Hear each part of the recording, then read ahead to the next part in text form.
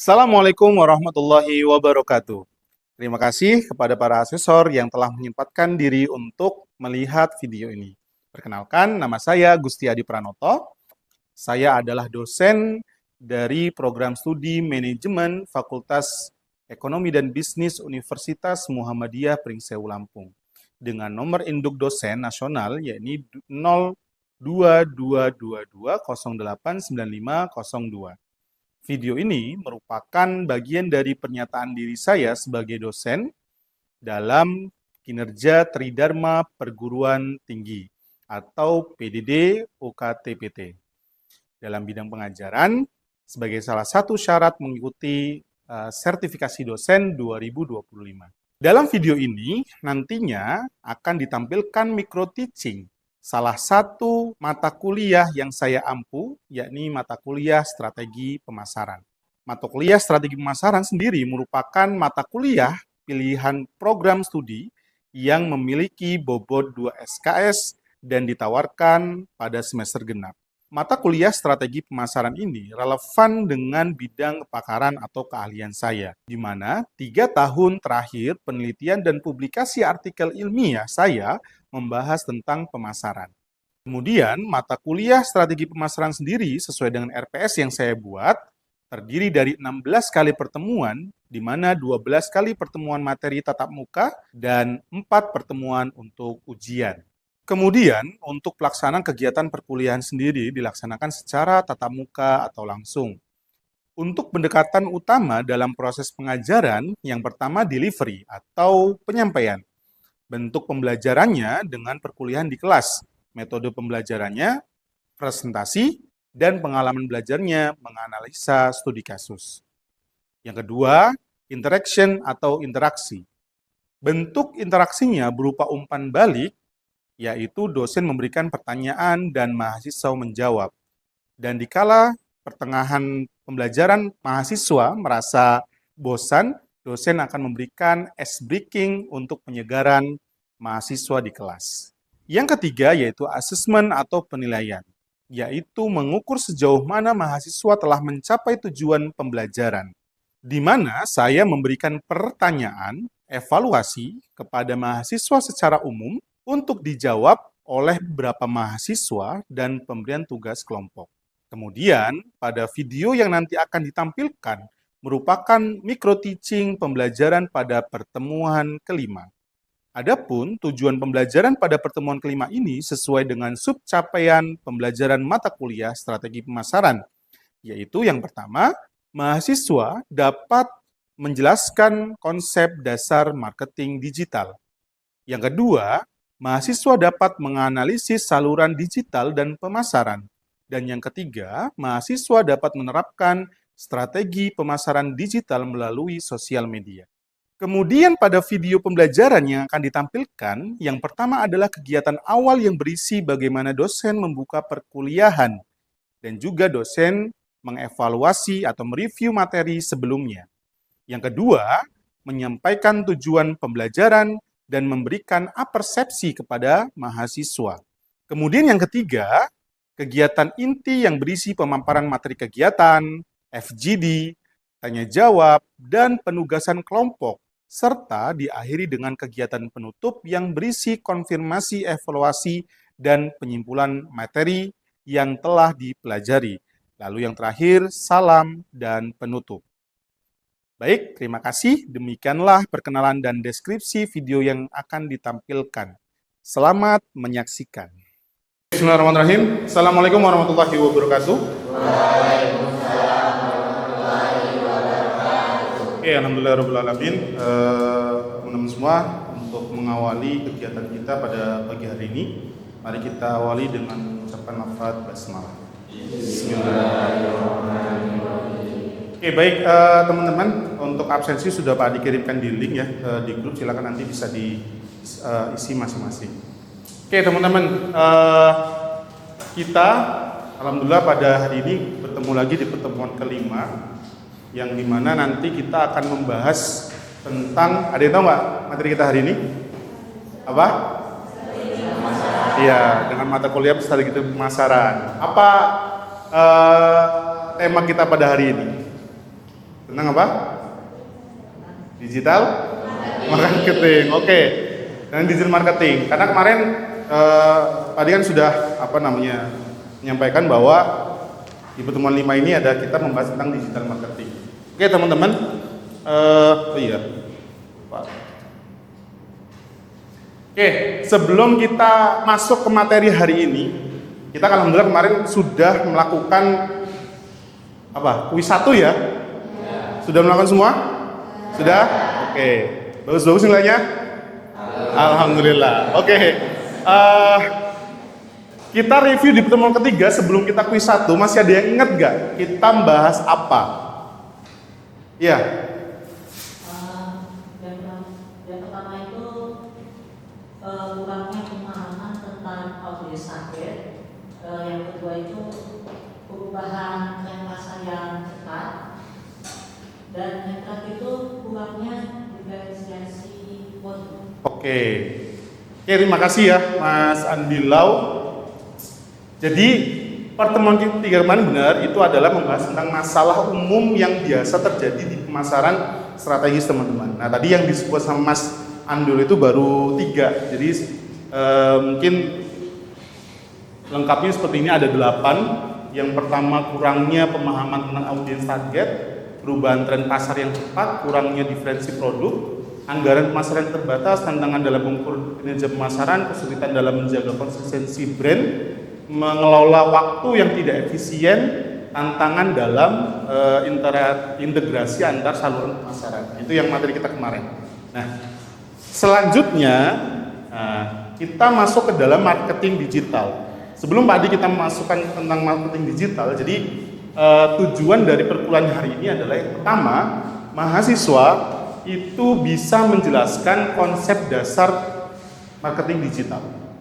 Ya, yang kedua, kalian atau mahasiswa dapat menganalisis saluran digital dalam pemasaran. Dan yang ketiga, mahasiswa dapat menerapkan strategi pemasaran digital melalui media sosial. Nah, itu tujuan kita hari ini ya. Jadi semoga nanti perkuliahan kita hari ini teman-teman bisa mencapai tujuan perkuliahan yang sudah Pak tentukan. Oke, kita masuk ke dalam materi. Teman-teman, kalau kita berbicara tentang digital marketing atau marketing digital, kira-kira ada yang sudah tahu belum apa itu marketing digital? Ya, silakan, Novan.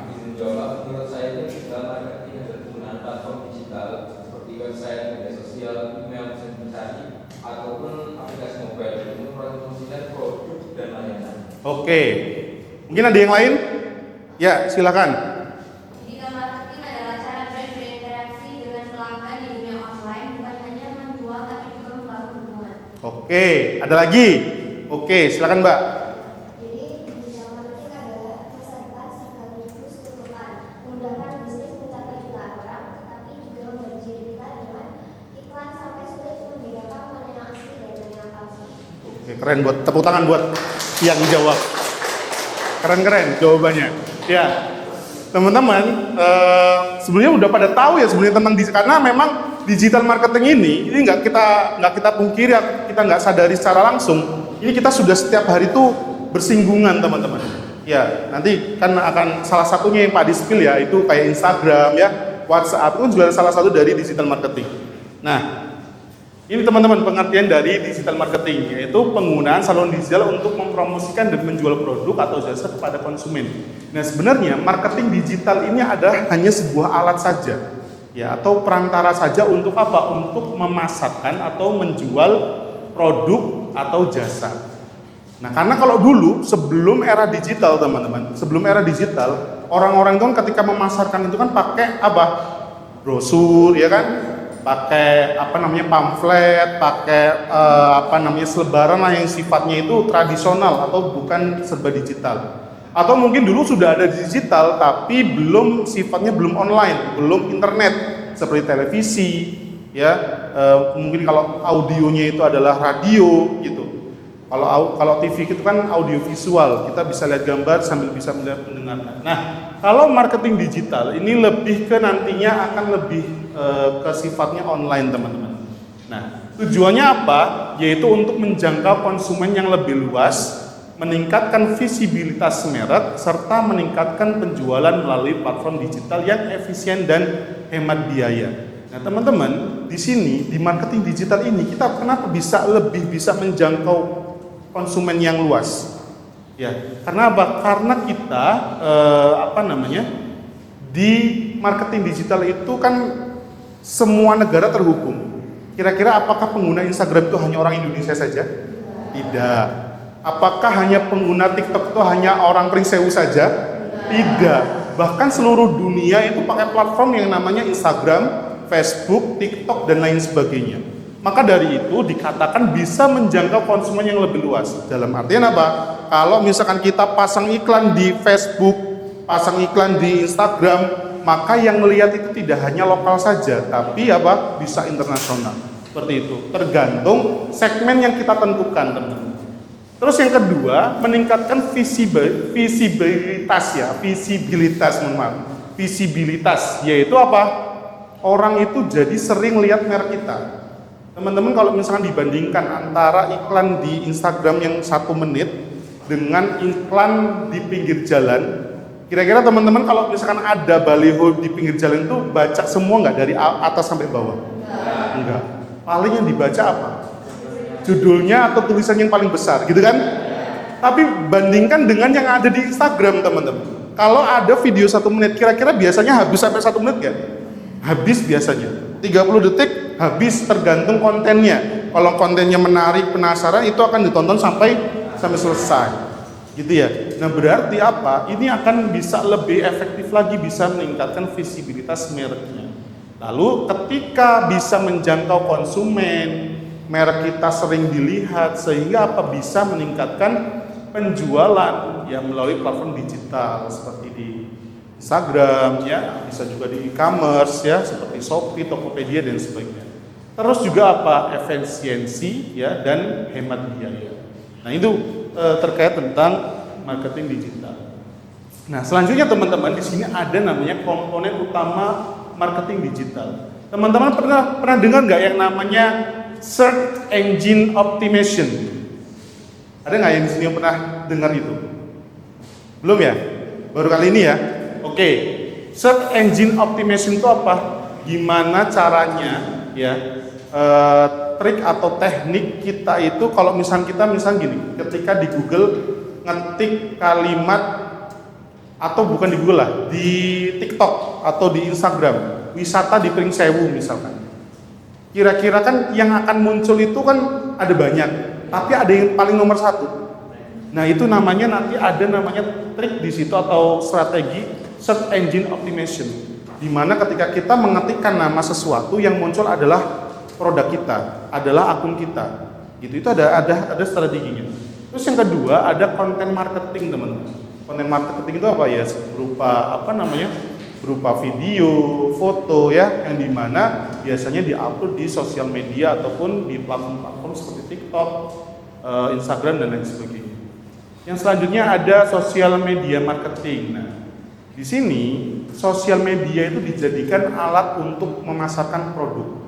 Makanya dikatakan kalau misalkan di sosial media itu bisa untuk membangun brand awareness. Brand awareness itu apa? Kesadaran merek.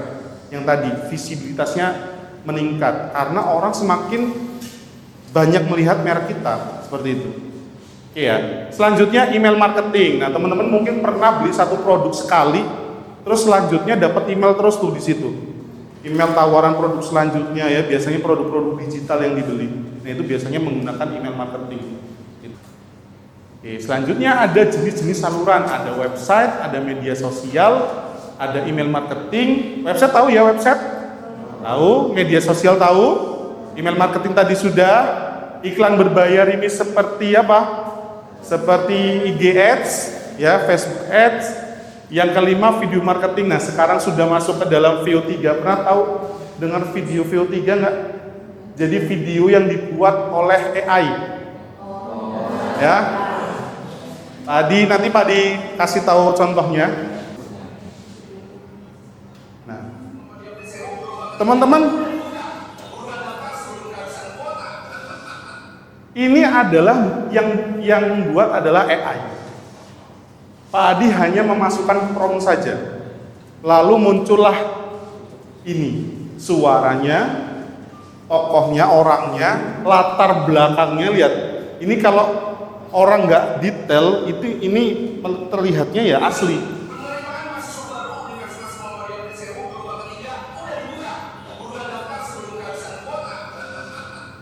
Ya, itu mirip banget sama orang kan? Padahal ini bukan orang. Ini robot, ini atau AI gitu. Nah, maka dari itu kembali lagi ke materi kita.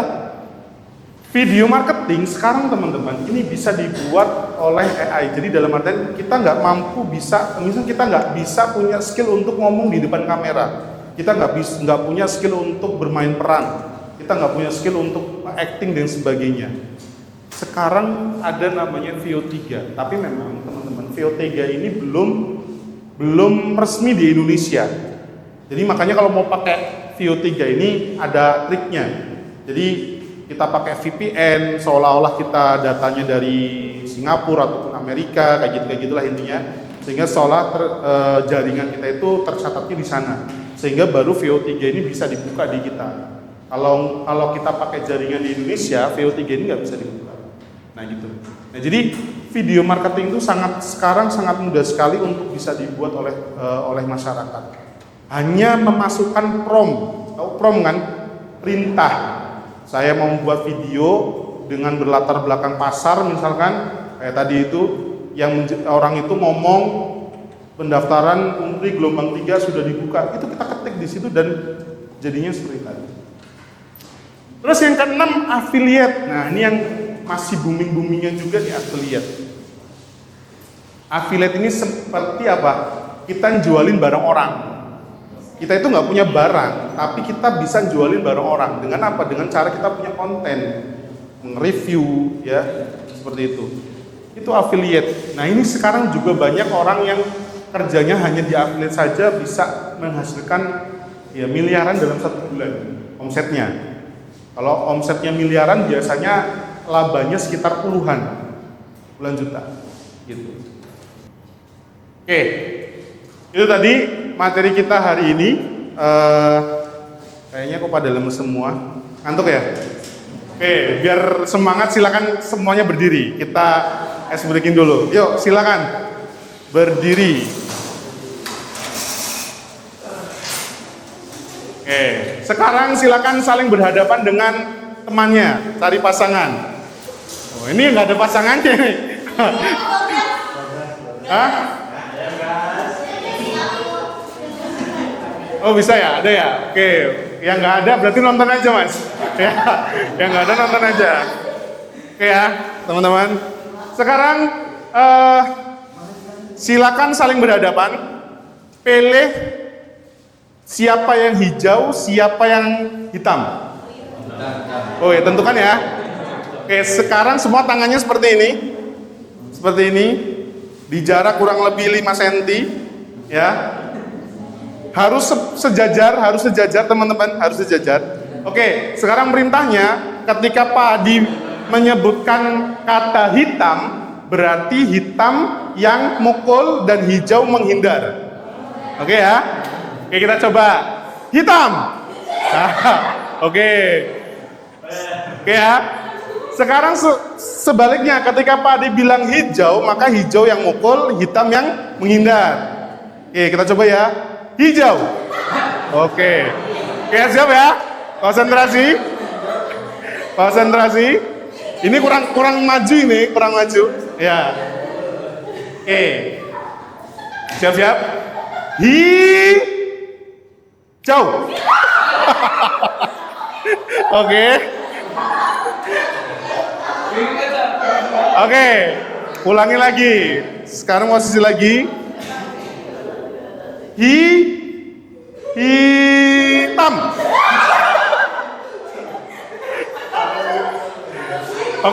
Oke, tepuk tangan untuk kita semua. Oke, silakan duduk. Selanjutnya kita masuk ke Pak Adi akan bagi kelompok ya. Kita akan belajar menganalisis studi kasus, teman-teman ya. Jadi silakan teman-teman membuat kelompok menjadi 2 kelompok. Ya, silakan yang sebelah sini kelompok bisa kelompok 1 atau kelompok 2, yang sini bisa kelompok 1 atau kelompok 2. Silakan dibagi. Yuk. Ini kanan sama kiri. Silakan dibuat lingkaran. Dibuat lingkaran. Oke, sudah. Siapkan alat tulisnya, kertasnya untuk teman-teman nanti berdiskusi.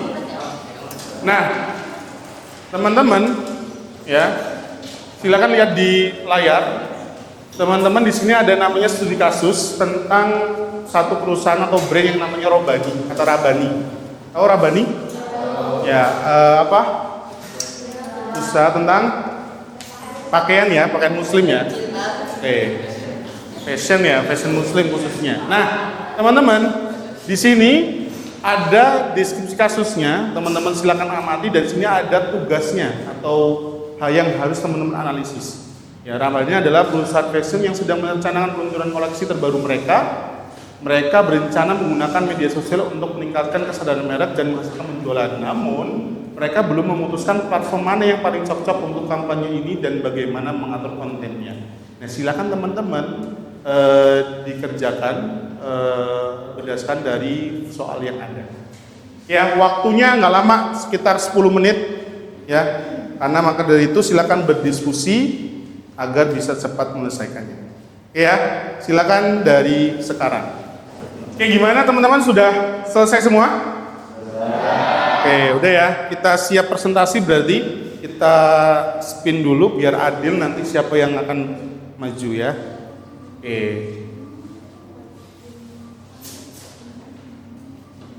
Oke. Kelompok 2. Siapa yang akan mewakili kelompok 2? Kelompok 2? Ya, silakan Mbak. Silakan maju. Berdua, satu sebagai moderatornya. Karena nanti teman-teman setelah nanti presentasi dari kelompok 2 silakan nanti ada yang bertanya ya. Oke. Yuk, silakan. Ayo, kok bingung?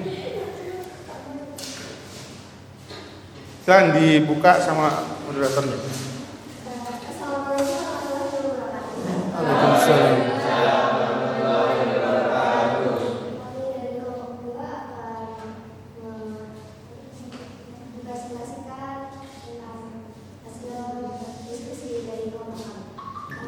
Sebelumnya izin perkenalkan diri, saya salah satu anggota dari kelompok 2 dan Octaviana Ramadhani, dan rekan saya Pratwi Octavia, dan saya Masih Rita, saya Meta Damayanti, dan saya Mudin Firawati, saya Disutasari, saya Fadilatul Rahma.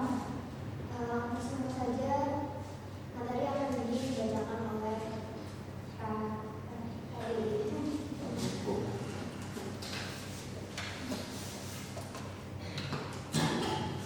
Baik, di sini saya akan membacakan hasil dari diskusi dari kelompok kami, yaitu yang pertama ada alasan memiliki Instagram, yaitu ada dominasi audiens target. Jadi di Instagram itu memiliki demografi utama usia dari 18 tahun sampai 35 tahun yang sesuai dengan target pasar Rabani. Jadi pengguna fashion, dan di platform ini juga populer di kalangan pengguna fashion, terutama untuk brand modester. Demikianlah presentasi dari kelompok 2. Jika ada kesalahan, kami mohon maaf dan semoga bermanfaat. Terima kasih. Buka. Selanjutnya ada sesi tanya jawab yang bertanya silakan. Silakan, yang mau tanya.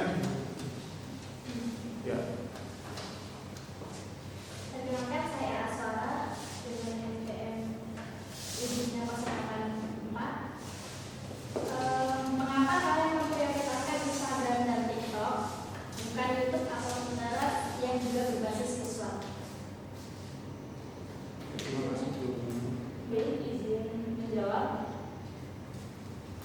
Jadi alasannya itu, alasan tidak memiliki Instagram itu, yaitu Instagram itu kan memiliki demografi utama dari usia 18 sampai 35 tahun. Dan dari presentasi dari kelompok kami tutup. Wassalamualaikum warahmatullahi wabarakatuh. Waalaikumsalam warahmatullahi wabarakatuh. Ya, kasih aplaus. Oke. Selanjutnya kelompok yang pertama, silakan maju. Oke, teman-teman terima kasih tadi sudah melakukan presentasi semuanya dari kelompok 1 dan kelompok 2. Tadi kita membahas kasus tentang apa? Robani. Oke, teman-teman. Nah, oke, alhamdulillah perkuliahan kita sudah selesai, teman-teman, atau pembelajaran kita sudah selesai. Nah, tadi mau ke kesimpulan ya. Oke, pembelajaran kita sudah selesai. Kita masuk ke kesimpulan, teman-teman. Mungkin di sini ada yang bisa menyimpulkan ataupun bisa memberikan kata-kata terkait tentang perkuliahan kita hari ini tentang digital marketing. Ya, oke, silakan Mas. Digital marketing tidak sekedar promosi online, tetapi menggabungkan analisis data real time seperti CPM, konversi, dan ROI untuk mengoptimalkan kampanye. Oke, ada yang lain? Ya, silakan Mas. Digital marketing bukan hanya tentang online presence, tapi kita membangun hubungan dengan audiens melalui kata cepat, konten kreatif, dan data driven decision. Oke, jadi udah pada tahu ya tentang digital marketing ya. Teman-teman, tadi selain digital marketing, Pak Adi juga membahas tentang saluran pemasaran. Nah, kira-kira ada nggak yang masih ingat tadi pembahasan tentang saluran pemasaran itu apa aja? Oke, silakan. Itu ada website, ada media sosial, terus ada email marketing, juga ada iklan berbayar, dan juga ada video marketing, terus sama affiliate marketing. Oke, sip. Berarti masih ingat, keren lah pokoknya kelas ini nih. Jadi teman-teman itu tadi tentang digital marketing sama saluran pemasaran ya. Untuk yang terakhir, oke, sip. Berarti udah pada paham ya tentang digital marketing ya? Oke, teman-teman. Jadi pada intinya bahwa dalam memberikan pemahaman tentang digital marketing ini bagaimana kita itu mempunyai strategi pemasaran yang bisa menjangkau lebih banyak lagi ya, atau bisa lebih banyak menjangkau market kita sehingga apa? Kita bisa mencapai tujuan bisnis kita. Ya, tujuan bisnisnya masing-masing. Ada yang misalkan tujuan bisnis itu mencari laba, ada yang tujuan bisnisnya adalah mengekspansi perusahaannya, ada tujuan bisnisnya itu yang dia menerima banyak karyawan dan sebagainya, banyak hal. Yang jelas dalam kita bisa memberikan atau bisa menerapkan strategi marketing digital, kita bisa mencapai tujuan bisnis itu lebih besar lagi. Ya, baik, itu saja. Selanjutnya teman-teman, untuk yang terakhir, biar teman-teman bisa lebih memahami tentang digital marketing dan prakteknya, teman-teman Pak Adi kasih tugas kelompok yang dimana teman-teman nanti akan membuat video iklan yang memanfaatkan AI. Nah, jadi pemanfaatan AI itu bukan hanya tadi yang Pak Adi buat menggunakan prompt terus jadi sebuah video, tidak hanya itu bisa salah satunya. Tapi yang Pak Adi maksud di sini adalah prosesnya, bisa dari idenya menggunakan AI, ChatGPT, idenya, terus skenarionya, ya, terus juga bisa desainnya, bisa bentuk produksinya, itu silakan teman-teman bisa memanfaatkan AI untuk membuat video iklannya. Ya, terus yang kedua, nanti teman-teman silakan di-upload di platform sosial media, boleh di Instagram, boleh di TikTok, boleh di YouTube, boleh di mana aja.